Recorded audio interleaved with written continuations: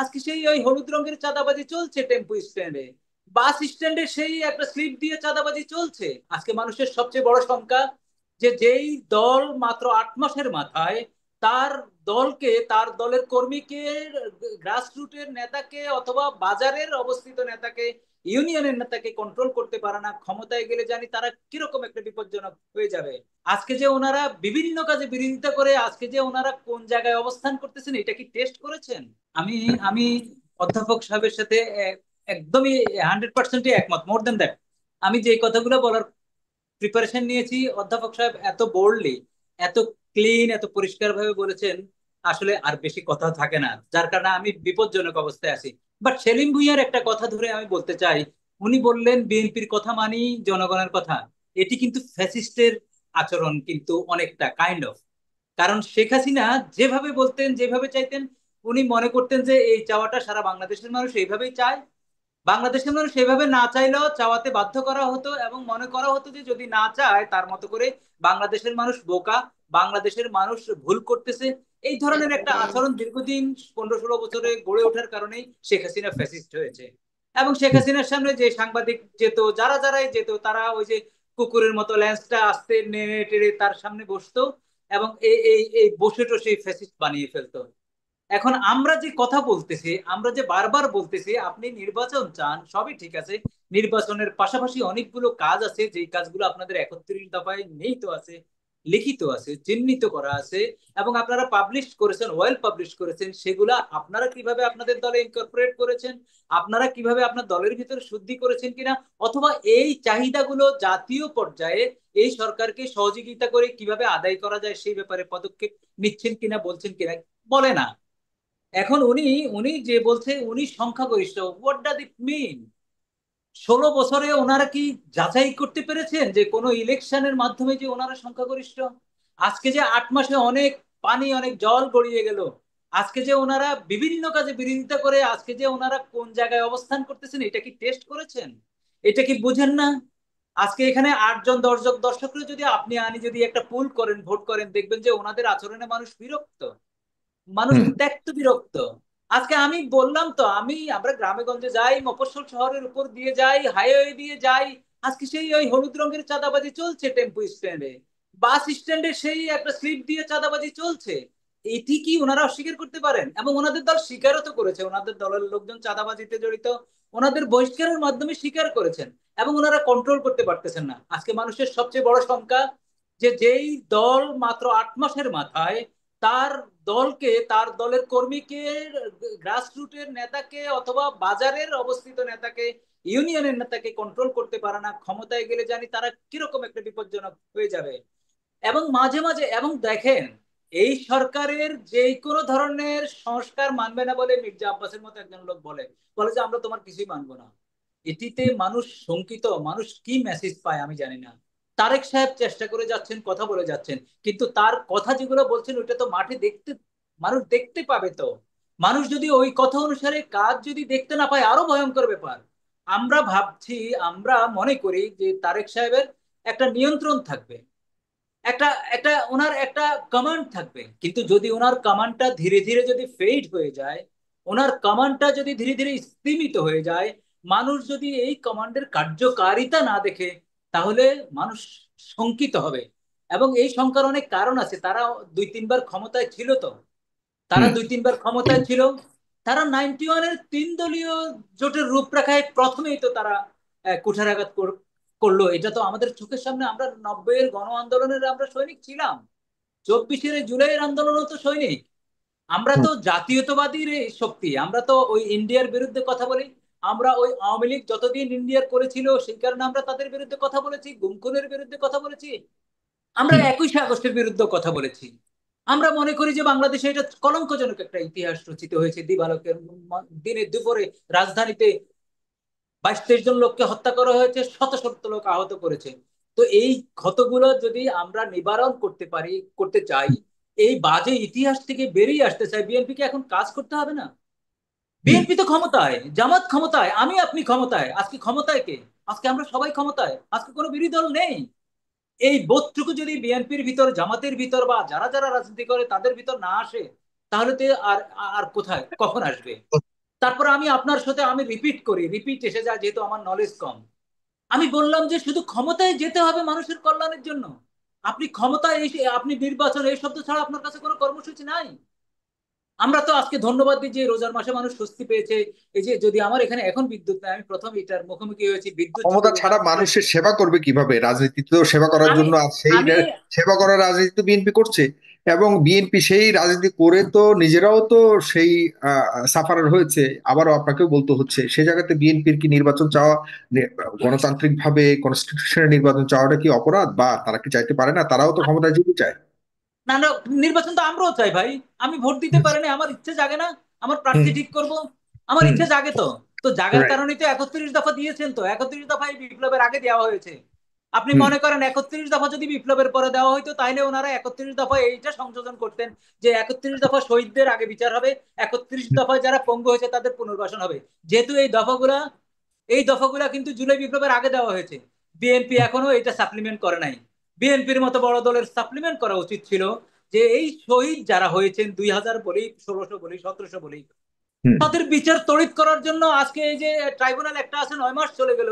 এই ট্রাইব্যুনাল এখন বলে যে আমাদের ভিতর থেকে আমার সবকিছু লিক হয়ে যায়, আমাদের এখানে কেনা বেচা হয়, ফ্যাসিস্টদের এখানে এখানে ইয়ে নিয়োগ দেওয়া হয়, কি জানি ওদের, হুম ওদের প্রসিকিউটর নিয়োগ দেওয়া হয়। এই ব্যাপারে বিএনপি আলটিমেটাম দিবে না যে হুম হু ইউ হেল্প? তুমি এই যে প্রসিকিউটর নিয়োগ দিছো সব ফ্যাসিস্টের লোক, 2024 সালে নৌকা মার্কা নিয়ে ভোট করা লোক, এগুলোর ব্যাপারে কথা হচ্ছে না। তারপরে 9 মাস চলে গেছে, কথা হচ্ছে না। তারপরে এই যে ওবায়দুল কাদের 3 মাস পরে দেশ থেকে পালাই গেল, কিভাবে পালাই গেল এই ব্যাপারে দাবিও উঠায় না যে আমরা বিচার চাই।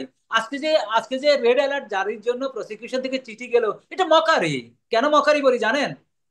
এই হুম দেশের একটা পাওয়ারফুল, একটা একটা পাওয়ারফুল একটা গোষ্ঠী, একটা পাওয়ারফুল একটা কতগুলো লোক, বাজে লোক তো এদেরকে পার করেছে ইন্ডিয়াতে, তাই না? আমরা জেনেছি তো 626 জন ক্যান্টনমেন্টে ছিল, বিবৃতির মাধ্যমে এসেছে।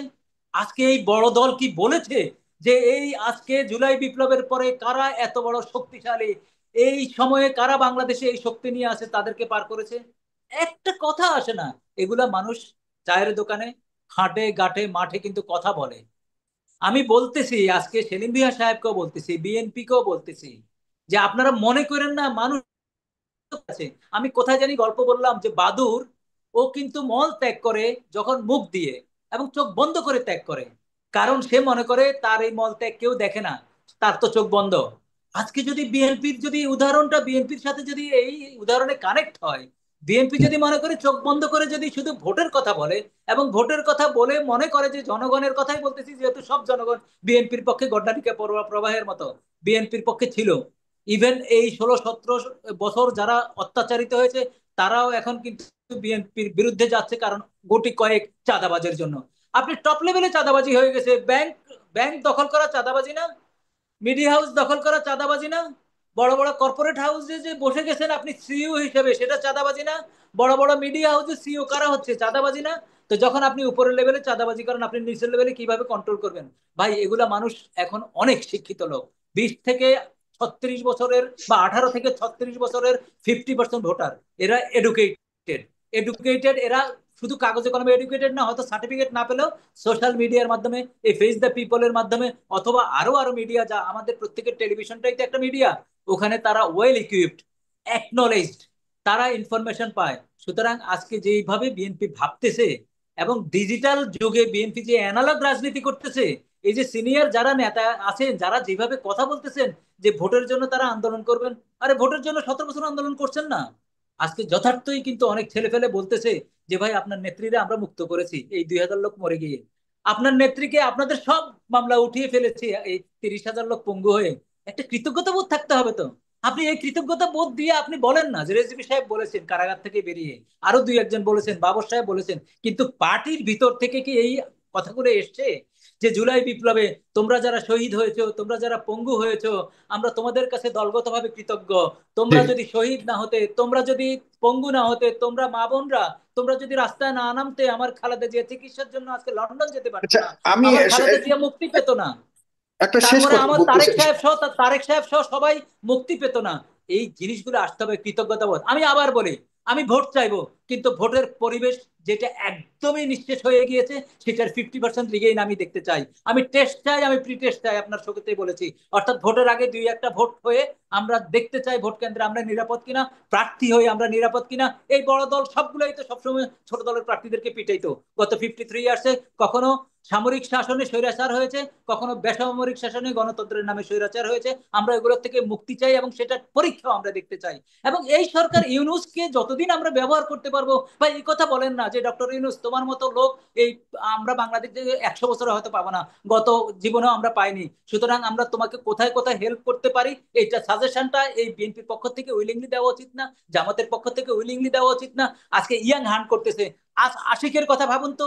এই যে একটা ব্রিলিয়েন্ট একটা সম্মেলন করলো, ইয়াং লোক হান্টের কথা আমরা বারবার বলছি, বুড়োদেরকে বাদ দিয়ে সেটির সূচনা হয়েছে। আমি আপনার শোয়ের মাধ্যমে বলতে চাই, প্রত্যেকটা সেক্টরে এই ধরনের আশিককে খোঁজ করা উচিত, এই ধরনের ব্রিলিয়ান্ট ছেলেপেলেকে খোঁজ করা উচিত। এবং যাদেরকে ডেকে এনে বসাতে হয়, জোর করে বসতে চায় না। পলিটিক্যাল পার্টি সবাই জোর করে ক্ষমতায় বসতে চায়, আরে তোমাদেরকে তো মানুষ ডেকে এনে বসাবে। আর ঈদগাহে যেই চমৎকার দৃশ্যের অবতারণা হয়েছে, ঈদগাহে যদি 1 লক্ষ লোক হয়, 1 লক্ষ লোকের ভিতর যদি 90,000 লোক যদি এই কথাটি বলে, এটা কি এই বিএনপি এটা আমলে নিবে না, অ্যাড্রেস করবে না? ভাই কেন এটা হচ্ছে? আমাদের কোথায় ভুল? আমাদের থেকে কেন মুখ ফিরিয়ে নিচ্ছে? কেন বৃদ্ধ বয়স একজন ডক্টর আমি ইউনূসকে তারা আ- চাচ্ছে? জি, এটা ঠিক আছে। আমি আপনার কাছে শেষ একটা প্রশ্ন করতে চাই, সেটি হলো যে নির্বাচন ছাড়া যদি আপনার এই সরকার থাকে, তাহলে কনস্টিটিউশনাল যে একটা সামনে প্রশ্নবিদ্ধ হতে পারে সামনের দিকে, এটার দায়ভার বা সামনে যে কোনো ধরনের দুর্ঘটনা যদি হয়, এটা দায়ভার কি এই সরকার নিবে শেষ পর্যন্ত? কারণ হলো আমরা তো এখন থেকেই দেখতে পাচ্ছি সরকার ইচ্ছাকৃত ভাবেই দীর্ঘায়ু করার জন্য একটা, আমরা দেখতে পাচ্ছি কি বিএনপি থেকেও বলা হচ্ছে যে একটা তাদের একটা অ্যাপ্রোচ, তাদের কথাবার্তা এবং তাদের বডি ল্যাঙ্গুয়েজ থেকে বোঝা যায় যে একজন উপদেষ্টা ইতিমধ্যে তার বডি ল্যাঙ্গুয়েজ প্রকাশ করেছে। তো এই ধরনের সংকট সামনের দিকে কিভাবে মোকাবেলা করবে? শেষ পর্যন্ত আমি তো ঠিকই শেখ হাসিনা যে ভাষা বলেছিল, যেটা জনাব প্রিন্সিপাল সেলিম ভুঁইয়া একই ভাষায় বলছে যে জনগণ আমাদেরকে চায়। এই সরকারও মনে করে জনগণ আমাদেরকে চায়। কিন্তু জনগণের চাওয়ার ইয়েটা কি, মানে এটার কোন ধরনের পরিমাপক আছে? আচ্ছা, এই বাংলাদেশের মানুষ পরিষ্কার, আমাদের এই সরকার হয়েছে ওই যে মারমেড বলি না, অর্ধেক মাছ অর্ধেক মানুষ। মারমেড আছে না, আমাদের হুম। শুরু থেকেই আমরা এটা নিয়ে সবাই মেনে গেছি তো আমাদের এই সরকার কিভাবে। আর না, এই আমরা সরকার সবাই কি, মেনে গেছি, আমরা সবাই মেনে গেছি আপনি বলছেন। ধরেন আপনার সাথে আর 10 জন আছে, বা সরকারের সাথে, সরকারের পক্ষে বিশ আচ্ছা জন আমি আছে। আচ্ছা, আমি বিএনপির উদাহরণ সাথে দিই। কি মানুষ নাই? বিএনপির সাথে কি মানুষ নাই? জামাত আমি তো ইসলামের সাথে বিএনপি, মানুষ নাই? আমি আমি একটা অ্যাডমিট একটা করছি। কথা বলি, এইটাও যদি পরিমাপ করবার জন্য এই বিষয়টাকে যে কাকে আসলে জনগণ চায়, এটার জন্য অত নির্বাচন দরকার, এক। আর দুই হলো, যদি বিএনপি কে মানুষ অপছন্দই করে থাকে, তাহলে নির্বাচনের সময় এইসব কারণে বিএনপি কে ভোট না দিক, তাহলে তো হয়ে যায় যে মানুষ বিএনপি কে ভোট দিল না। বিএনপি যে সর্ববৃহৎ দল এটা তো কানা লোকটাই বুঝে, আমি হুম। না বুঝলেও কানা লোকটা বুঝে। হুম। বিএনপি সর্ববৃহৎ দল ওই 2 দিন ওয়েট করছে না ডক্টর ইউনূসের জন্য। হুম। সেদিন এই সংবিধান যে আজকে যে সংবিধান দেখেন, সেদিনও এই সংবিধানটাই ছিল। এবং হুম। এই সংবিধানে কোনো বিধানই ছিল না ওনার জন্য ওয়েট করা। সংবিধানের কোনো বিধান নাই একটা সংসদ পালাই যাওয়া, একটা প্রধানমন্ত্রী পালাই যাওয়া, নাই তো। আমাদের এই সব রাজনৈতিক দল, আবাল বৃদ্ধ বনিতা, সবাই সেদিন বঙ্গভবনে গেছে না? কোনো কালার ছিল না, ধর্মের কিছু ছিল না, সবাই যে বলছে না, হুম। এখন বলতেছে না?